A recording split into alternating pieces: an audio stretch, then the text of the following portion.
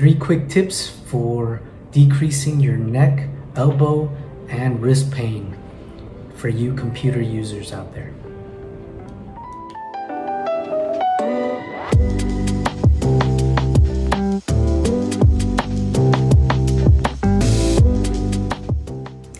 Aloha ohana. So I've been asked by some friends and clients to address some hand and wrist discomfort that leads to things like carpal tunnel and lateral epicondylitis. We've been using the computer a lot more recently, and I think it's important that we have some method of preventing these issues. So I tend to visualize and compare work on the computer to light activity that needs to be sustained for a long period of time, such as holding a 2 to 3 pound weight or walking for a long period of time. It doesn't seem like an issue until you have to do it for hours on end and day after day. So how long you have to sustain it will dictate how prepared, conditioned, and how much rest and recovery you'll need. So 1, set up for success. Set up your workstation so that you protect the vulnerable sites of irritation from strain and compression. Common sites are the neck, the elbow at the lateral epicondyle, and the wrist and hand.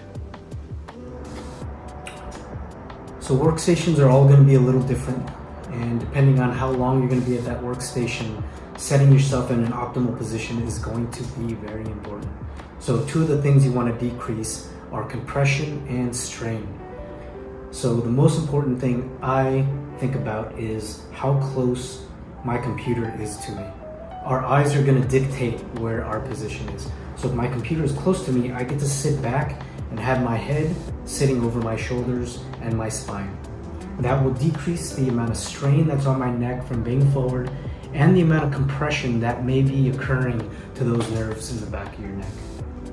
And the second is the wrist. I like to have my wrist in a slightly flexed position, and that will decrease the amount of strain that will occur in your finger extensors and wrist extensors, which repetitively, and if not taken care of, will develop into a lateral epicondylitis. Okay? It's a tendon irritation. And the other is your wrist compression.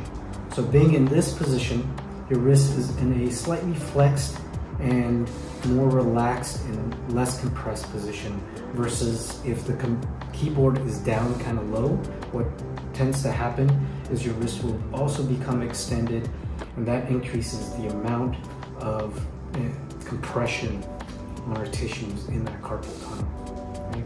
So nice relaxed position, computer towards you, sit upright. 2, set up a timer for short rests of 30 seconds or so every 10 to 15 minutes. Not only is it good for your brain to reset and refocus, but it'll help restore circulation, relax the compressed and working tissues. 3, rest and recovery. We don't think about this much when it comes to the work that we do day in and day out, but like athletes, the harder you work and the harder you train, the harder you need to recover and rest. So make sure that when you're done, and especially after you've had a long day, take the time, like athletes do, to address the tissues that have been stressed out. You can use massage, you can do light stretching and light movements to the stressed tissues, which are your neck,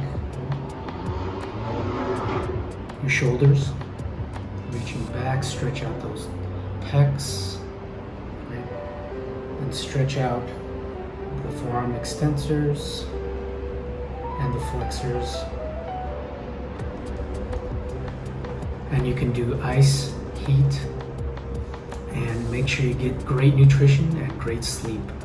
So the longer you sleep, the more time your body has to fully recover in a focused way, and that nutrition allows for that tissue to rebuild optimally as well.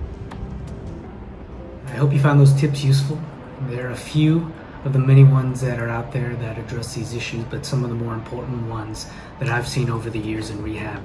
And they're pretty consistent with the ways that we treat other stressed and repetitive use tissues. Aloha.